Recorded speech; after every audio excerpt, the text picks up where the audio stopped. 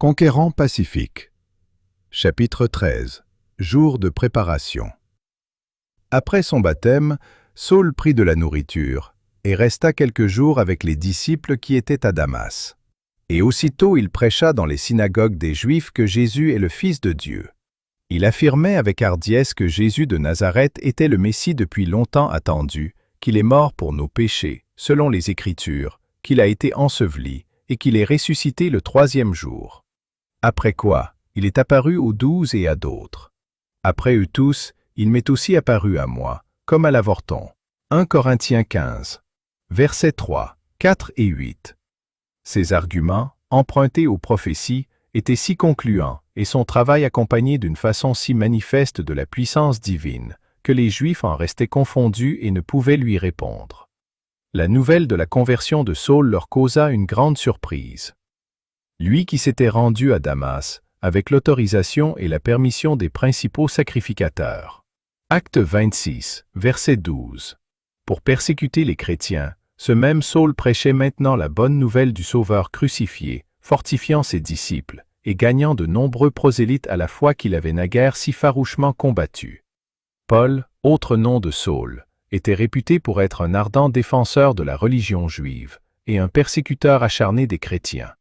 Intrépide, indépendant, persévérant, ses talents et son éducation lui auraient permis de servir n'importe quelle cause avec compétence. Il pouvait discuter avec une remarquable clarté et, grâce à son ironie percutante, placer son adversaire dans une fâcheuse posture. Or, les Juifs voyaient maintenant ce jeune homme promis à un avenir si brillant, s'unir à ceux qui l'avaient persécuté et prêcher résolument le nom de Jésus. Dans une bataille, un général tué est perdu pour son armée, mais sa mort ne procure aucune force supplémentaire à l'adversaire. En revanche, lorsqu'un homme de valeur passe à l'ennemi, non seulement ceux qui le perdent sont privés de ses services, mais l'armée à laquelle il se rallie acquiert dans la bataille un avantage appréciable.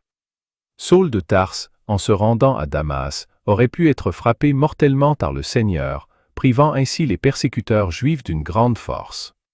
Cependant, Dieu, dans sa providence, non seulement lui épargna la vie, mais il le convertit, faisant ainsi passer une aussi brillante personnalité du camp de l'ennemi dans celui du Christ. Paul, orateur éloquent et critique sévère, au courage indomptable et au dessein arrêté, possédait toutes les qualités requises pour l'Église primitive. Comme Paul prêchait le Christ à Damas, ceux qui l'entendaient étaient remplis d'étonnement et disaient : « N'est-ce pas celui qui persécutait à Jérusalem ceux qui invoquent ce nom du Christ ? Et n'est-il pas venu ici pour les emmener liés devant les principaux sacrificateurs ?» L'apôtre déclarait que son changement de foi ne provenait ni d'un coup de tête, ni d'un geste de fanatisme, mais qu'il était motivé par le poids même de l'évidence. En présentant l'Évangile, il mettait en relief les prophéties relatives à la première venue du Christ. Il démontrait d'une manière concluante que ces prophéties avaient trouvé un accomplissement littéral dans la personne de Jésus de Nazareth. Sa foi était fondée sur la parole certaine de la prophétie. Tandis que Paul continuait à adresser des appels pressants à ses auditeurs étonnés pour qu'ils viennent à la repentance et à la conversion à Dieu avec la pratique d'œuvres dignes de la repentance, acte 26, verset 20, il se fortifiait de plus en plus, et il confondait les Juifs qui habitaient à Damas, démontrant que Jésus est le Christ. Mais plusieurs endurcirent leur cœur, refusant de répondre à son message.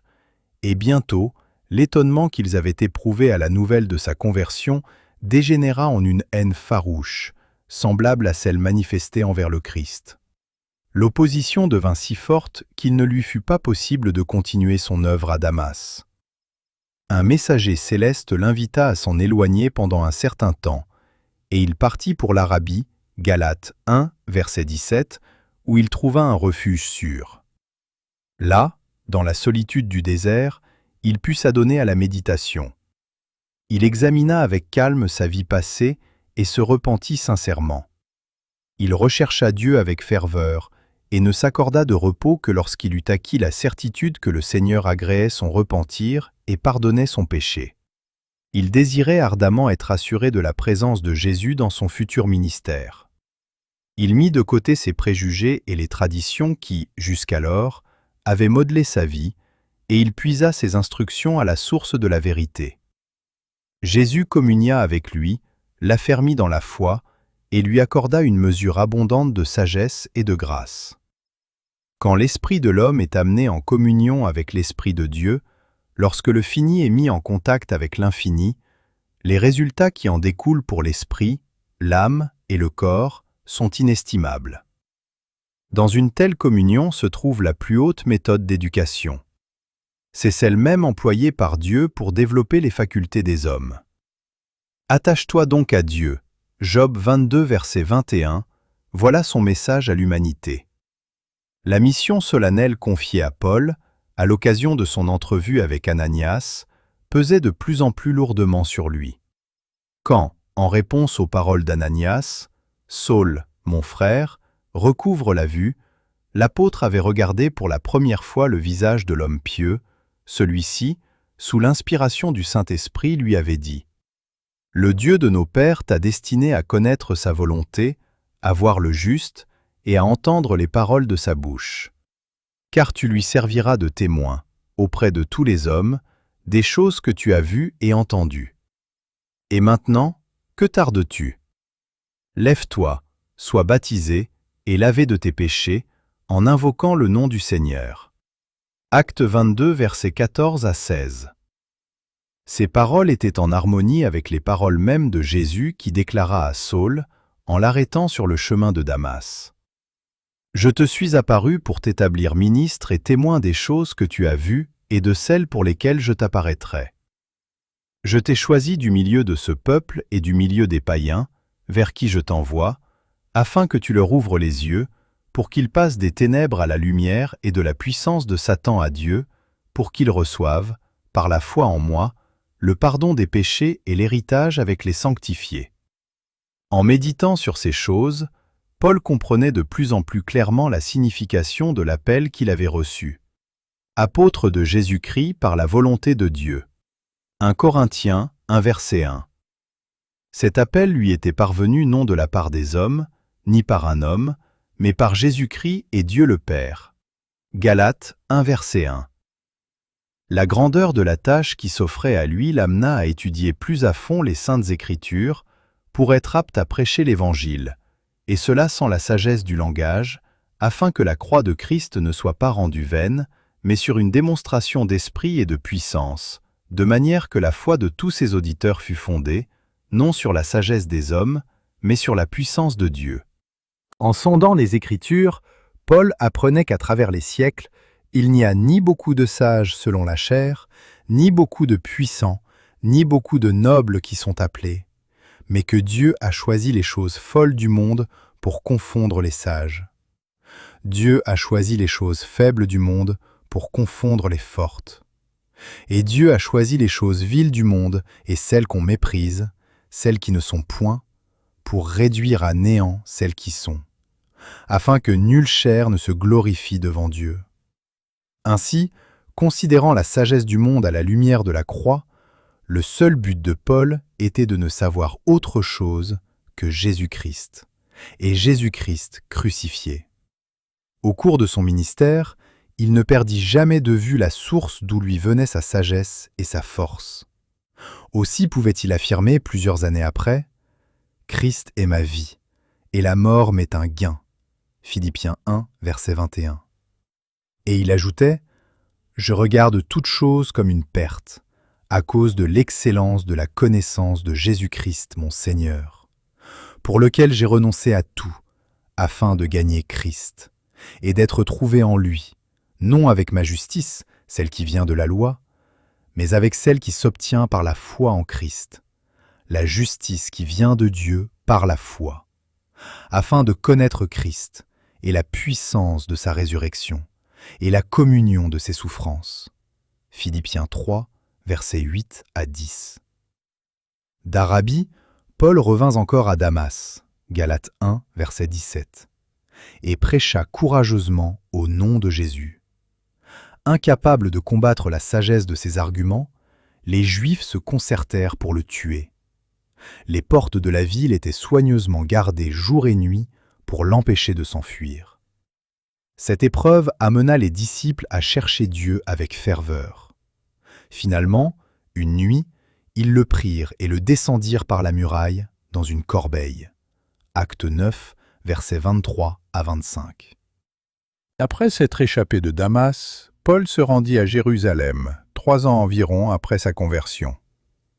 Le but principal de cette visite était de faire la connaissance de Céphas, Galates 1, verset 18. En arrivant dans cette ville, où il était jadis bien connu sous le nom de Saul le persécuteur, il essaya de se joindre aux disciples. Mais tous le craignaient, ne croyant pas qu'il fût un disciple. Il leur était difficile de croire qu'un pharisien si fanatique autrefois, qui avait tant fait pour anéantir l'Église, pouvait être devenu un disciple sincère de Jésus. Alors, Barnabas, l'ayant pris avec lui, le conduisit vers les apôtres et leur raconta comment, sur le chemin, Saul avait vu le Seigneur, qui lui avait parlé, et comment, à Damas, il avait prêché franchement au nom de Jésus. En apprenant cela, les disciples l'admirent comme l'un des leurs, et ils eurent bientôt de multiples preuves de sa sincérité. Le futur apôtre des gentils était maintenant dans la ville où se trouvaient plusieurs de ses anciens collaborateurs. À ses chefs juifs, il désirait vivement faire connaître les prophéties relatives au Messie, prophéties qui avaient été accomplies par la venue du Sauveur. Il était persuadé que ses maîtres en Israël, qu'il avait si bien connus, étaient aussi sincères qu'il l'avait été lui-même. Mais il s'abusait sur leur état d'esprit. Espérant leur rapide conversion, il était voué à de cruelles déceptions. Bien qu'il s'exprimât en toute assurance au nom du Seigneur et disputât avec les hellénistes, ceux qui étaient à la tête de la religion juive refusèrent d'accepter son message, et ils cherchaient à lui ôter la vie. Alors, la tristesse envahit son cœur. Il aurait volontiers sacrifié sa vie, si par ce moyen il avait pu en amener quelques-uns à la vérité. Il était honteux du rôle qu'il avait joué lui-même pendant le martyre d'Étienne, et dans le désir ardent d'effacer la tâche qui ternissait la vie de cet homme, aussi faussement accusé, il entreprit de défendre la cause pour laquelle les Juifs l'avaient fait mourir. Paul priait dans le temple en faveur de ceux qui refusaient de croire, lorsqu'il fut ravi en extase comme il le déclare lui-même plus tard. Un messager céleste lui apparut alors, et lui dit « Hâte-toi et sors promptement de Jérusalem, parce qu'ils ne recevront pas ton témoignage sur moi. » Paul était enclin à rester à Jérusalem, où il pouvait affronter l'opposition des Juifs. Il lui semblait faire preuve de lâcheté en prenant la fuite. S'il avait pu convaincre de la vérité de l'Évangile quelques-uns des Juifs obstinés dans leur erreur, il serait resté, fût-ce au prix de sa vie. C'est pourquoi il répondit « Seigneur, ils savent eux-mêmes que je faisais mettre en prison et battre de vers dans les synagogues ceux qui croyaient en toi, et que, lorsqu'on répandit le sang d'Étienne, ton témoin, j'étais moi-même présent, joignant mon approbation à celle des autres, et gardant les vêtements de ceux qui le faisaient mourir. Mais Dieu ne voulait pas que son disciple exposât inutilement sa vie. Le messager céleste répondit « Va, je t'enverrai au loin vers les nations. » Acte 22, versets 18 à 21. Lorsqu'ils eurent connaissance de la vision de Paul, les frères, craignant pour sa vie, hâtèrent secrètement sa fuite de Jérusalem. Ils l'emmenèrent à Césarée et le firent partir pour Tarse. Son départ arrêta pendant un certain temps la violente opposition des Juifs, et l'Église connut une période de répit au cours de laquelle lui furent ajoutés de nombreux croyants.